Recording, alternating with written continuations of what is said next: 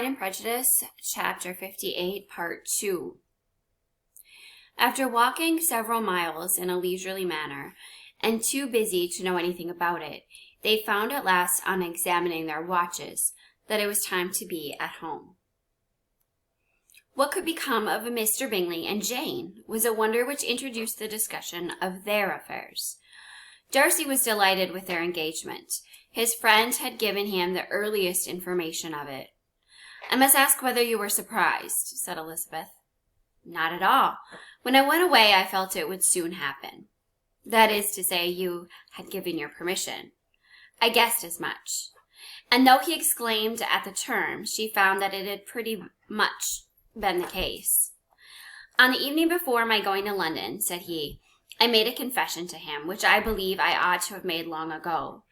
I told him of all that had occurred to make my former interference in his affairs absurd and impertinent. His surprise was great. He had never had the slightest suspicion.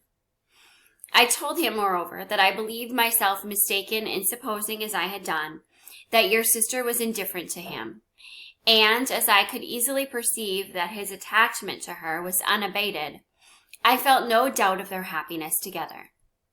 Elizabeth could not help smiling at his easy manner of directing his friend. "Did you speak from your own observation," she said, "when you told him that my sister loved him, or merely from my information last spring?" "From the former. I had narrowly observed her during the 2 visits which I had lately made her here, and I was convinced of her affection." "And your assurance of it, I suppose, carried immediate conviction to him?" "It did. Bingley is most unaffectedly modest. His diffidence had prevented his depending on his own judgment in so anxious a case, but his reliance on mine made everything easy. I was obliged to confess one thing which, for a time, and not unjustly, offended him. I could not allow myself to conceal that your sister had been in town 3 months last winter, that I had known it, and purposely kept it from him." He was angry, but his anger, I am persuaded, lasted no longer than he remained in any doubt of your sister's sentiments. He has heartily forgiven me now.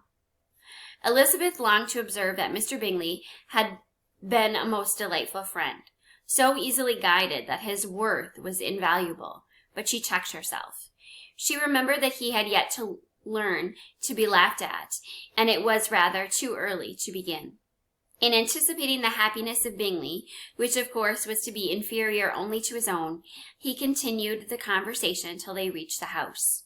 In the hall they parted.